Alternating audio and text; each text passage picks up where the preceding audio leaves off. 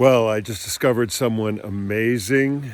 A woman named Dana Ashley has been doing some great reporting, and she's doing such a good job that she's gotten banned from YouTube.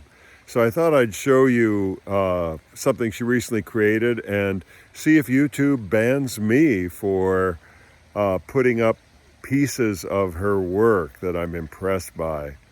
So here goes. An order from the governor. Yeah. Your rights are suspended. No, our right don't come from authority. It comes from the Bible. So the authority does not have the right over the Constitution. We talking about the Constitutional law, the First, Second Amendment. Mayor Eric Simmons can't take it away, nor the police officer. It can be suspended. It can't. Not military, that's military order. No, it can't.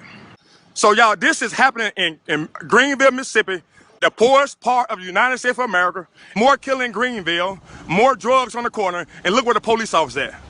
If y'all would have told me this, that I would experience this as a pastor trying to preach the gospel, I wouldn't believe y'all. If y'all don't wake up, America, the police told me our freedom can be revoked.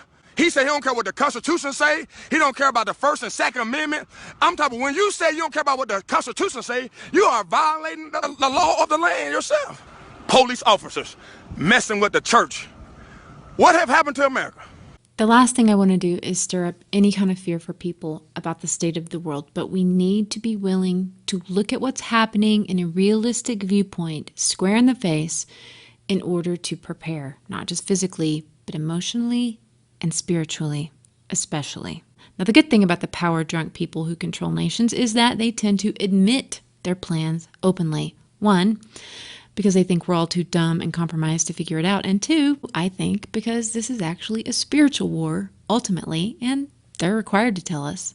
But regarding their open admittance of their plans, we're going to go ahead and look at that document that was released 10 years ago, 2010, that openly states different scenarios that could feasibly lead to the technologically controlled world that they want to see become reality. They, in this case, are those behind the Rockefeller Foundation, which, by the way, is the same group that seeded not only the United Nations, but as well the World Health Organization. That name sound familiar? Yeah, that same group who is right now responsible for advising governments, the same group who is helping shape the recommendations and rules that you, right now, are being forced to obey. The same group that Trump was apparently listening to when he signed an executive order on Friday, March the 13th. That essentially handed this country over to FEMA on a platter. That's another story. Let's get back to this document. This document is called The Scenarios for the Future of Technology and International Development. At the moment, it is available online. If you just put that phrase in along with PDF, you can download it. The stated purpose of the document was to explore the many ways in which technology and development could co-evolve. They claim, in order to, quote, address a wide range of developmental challenges from climate change, healthcare, agriculture to housing, transportation, and education. Oh, is that all? As an aside, when you understand that this organization's original founder, Rockefeller, also benefited most from the big oil monopoly that systematically destroyed not only environments, but as well other forms of healthcare that did not utilize their patented petrol-based pharma products, I do hope you can understand the irony of them now claiming they want to fix the healthcare and climate, but more on that later. The scenarios they present in this document would bring about what they understand to be the very important global, political, and economic alignment that they say will be for the good of us all. Well, let's take a look and see if we, the people, agree with that. The first scenario they explore is called lockstep. You will find this on page 18 of this document. It elaborates much further on the scenario that they explore in order to know what the future might look and feel like, as they say.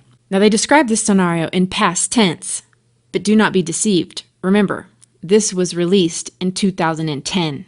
Here are some excerpts. Now, the subtitle to the whole lockstep scenario that they describe says, a world of tighter, top-down government control and more authoritarian leadership.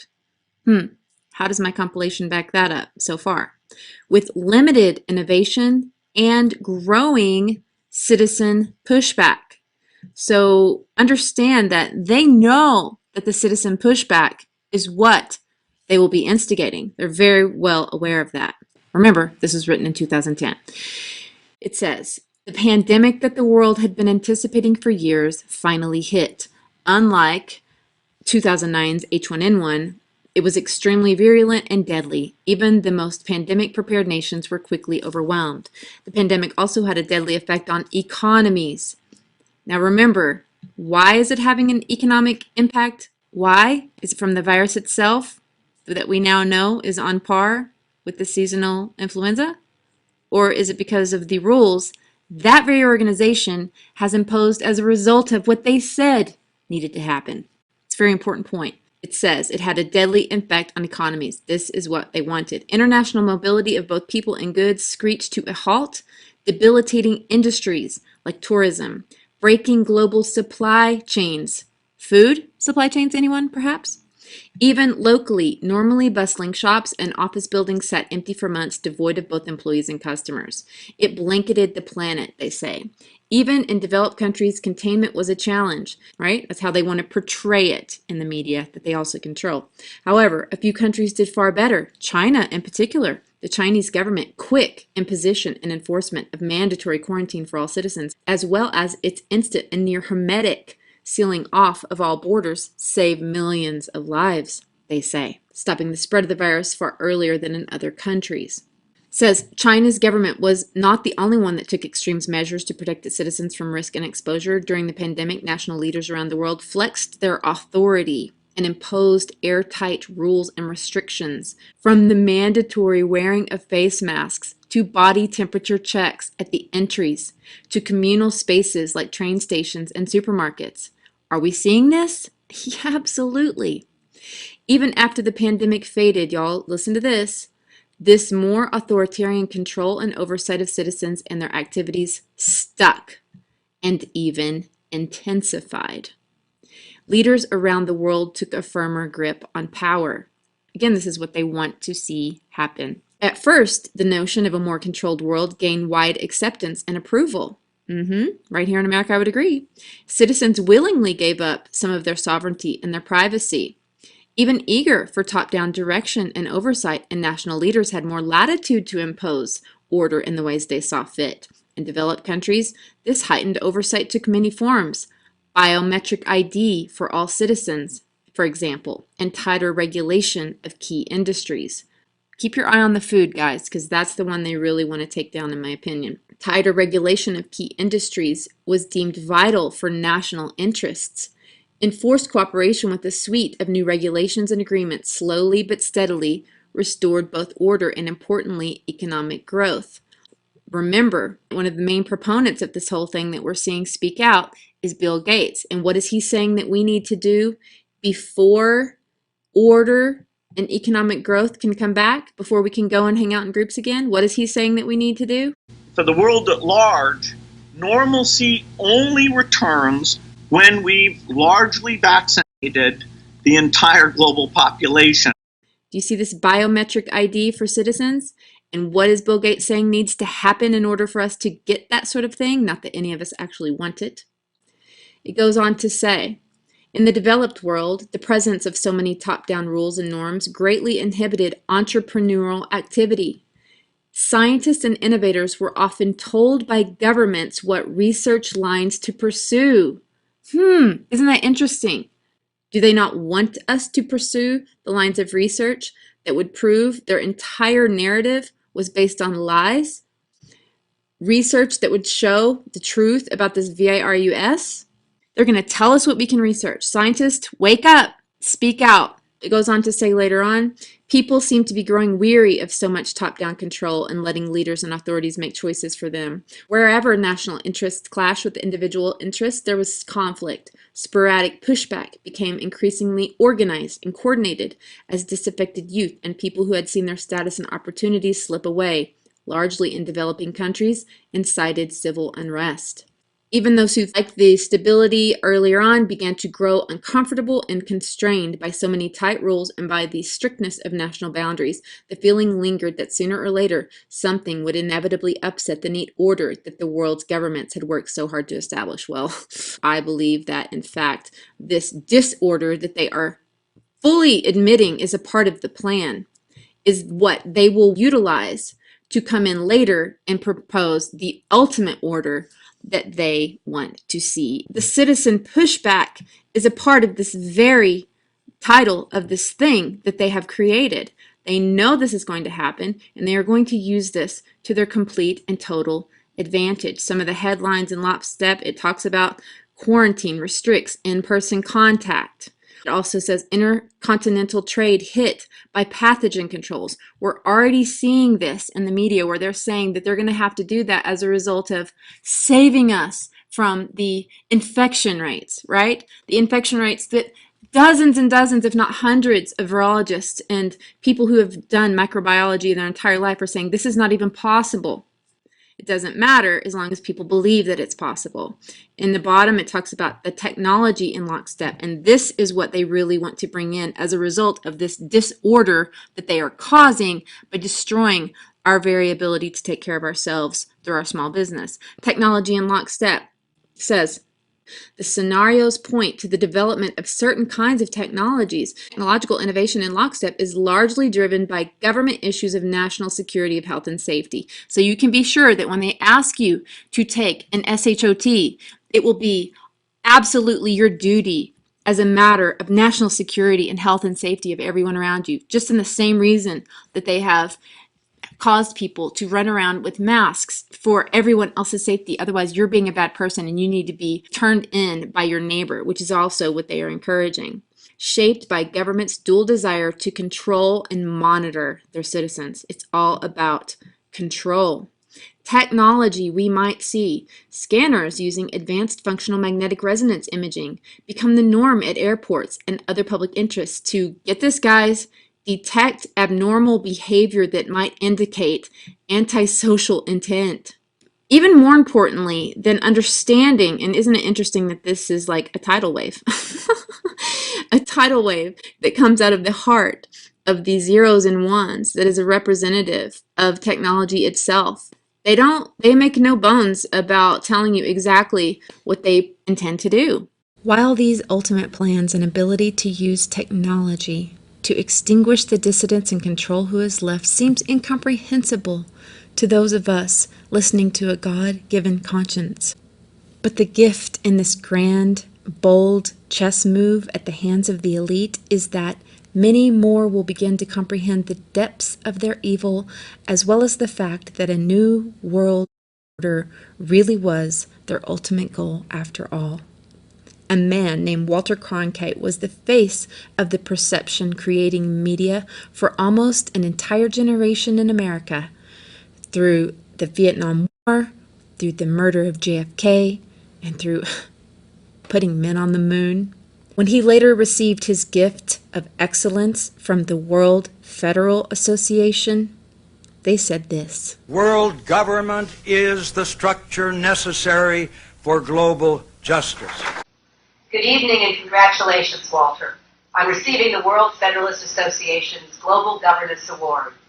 For more than a generation in America, it wasn't the news until Walter Cronkite told us it was the news. Every night at 6 o'clock, we welcomed you into our living rooms and listened as you explained the complex events of the day. For decades, you've told us the way it is. But tonight, we honor you for fighting for the way it could be. You, sir, have been a lifelong advocate of this principle, and it is appropriate, therefore, that we present you with this amethyst shield. First priority of humankind in this difficult era is to establish an effective system of world law that will assure peace with justice among the peoples of all the world. First, we Americans are going to have to yield up some of our sovereignty. That's going to be, to many, a bitter pill. It would take a lot of courage, a lot of faith, a lot of persuasion to them to come along with us on this necessity. Pat Robertson, has written in a book a few years ago that we should have a world government, but only when the Messiah arrives. He wrote, any attempt to achieve world order before that time must be the work of the devil. Well, join me. I'm glad to sit here at the right hand of Satan. I'm glad to sit here at the right hand of Satan. These people admit their allegiance because it is required. And Bill Gates, Microsoft, also admitted theirs when, in the time of all this chaos, they released their promotion of an artist well known to partake in satanic rituals on the day that is known to represent the day Jesus was crucified.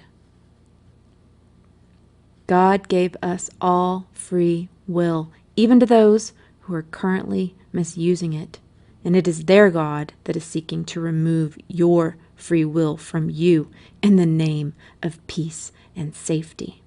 But this world is not all there is. There is more, so much more. This place is just a test where you will choose your allegiance. God bless you. I love you. And we'll talk to you soon.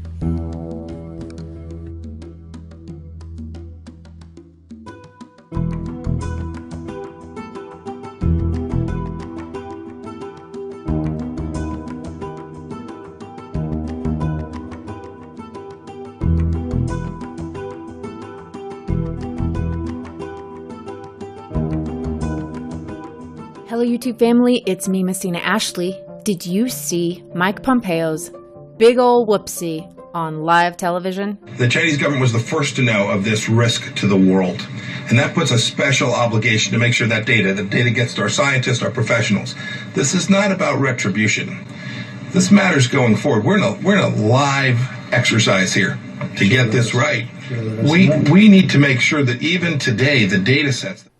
Now, we're going to look at that again and with more context. But yes, it appears he just called this thing a live exercise for all the world to see on live television. It was buried in about an hour or more of question and answers. It was broadcast on March 20th, 2020 from the White House to multiple media outlets all over the world. But let's listen to that again. And just so you know what the context of the question that was asked was, she was referring to there being talk about the CDC knowing about what was happening in China as early as December. She asks, when did the CDC start letting other agencies know that there was something in China happening with this virus? And when did the whole government approach start to happen? The CDC guy jumps in and says they heard it around January 3rd, I believe it was, or January 4th. Then Mike jumped in and added this. May I just have one more thing? There's been some discussion about China and what they knew and when they knew it. And I've been very critical. We need to know immediately. The world is entitled to know. The Chinese government was the first to know of this risk to the world. And that puts a special obligation to make sure that data gets to our scientists, our professionals. This is not about retribution. This matters going forward. We're in a live exercise here. We're in a live exercise here. We're in a live exercise here to get this right. We need to make sure that even today, the data sets that are available to every country, including data sets that are available to the Chinese Communist Party, are made available to the whole world. Wow.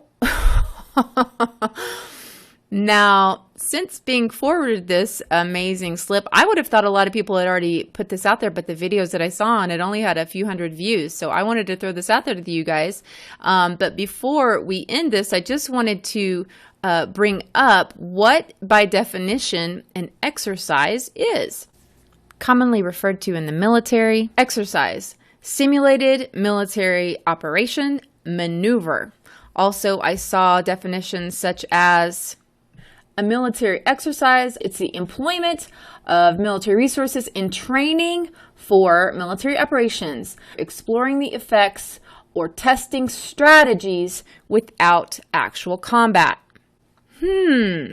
Okay. I also saw the definition of field exercise. The more typically thought of exercise is the field exercise or the full-scale rehearsal.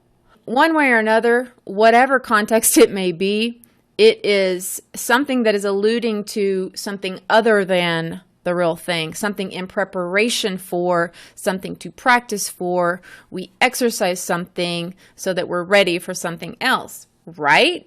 Could the exercise be that they are seeing how American people will react to something that statistically is actually less damaging than the flu? Oh gosh, did I just say that? Oh, they're going to come after me now, right? What kind of exercise could this possibly be?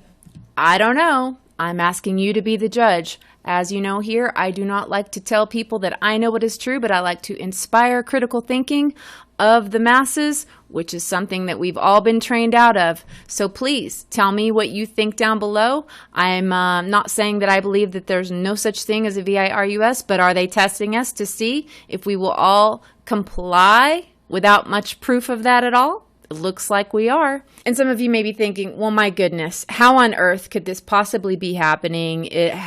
People are dying. This couldn't possibly all be a lie. And again, I have more video content getting up to way more details about my opinions on all this. Not that my opinion matters at all.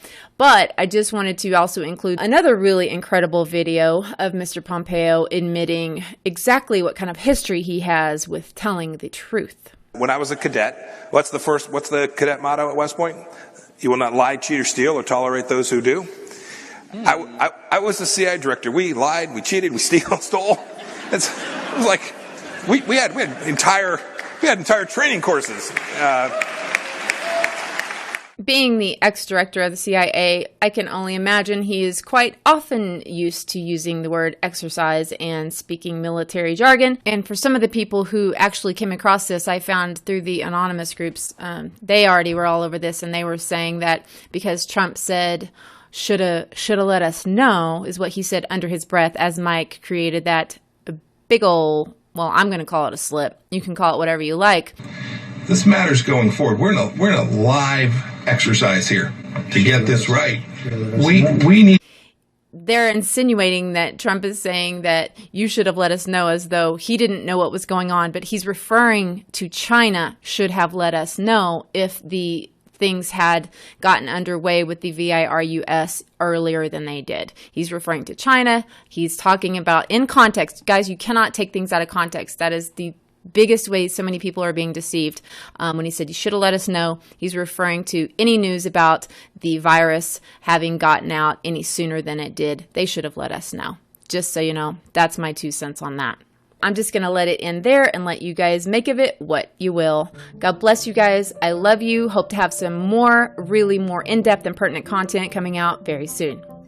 For those of you who have subscribed but are not getting notifications from YouTube, they don't really like to promote my videos too much, so what you can do is simply go to my website, www.missdanaashley.com, MissDanaAshlie.com, put in your name and your email, and we will be able to directly notify you with new video uploads. Thank you so much, and talk to you soon.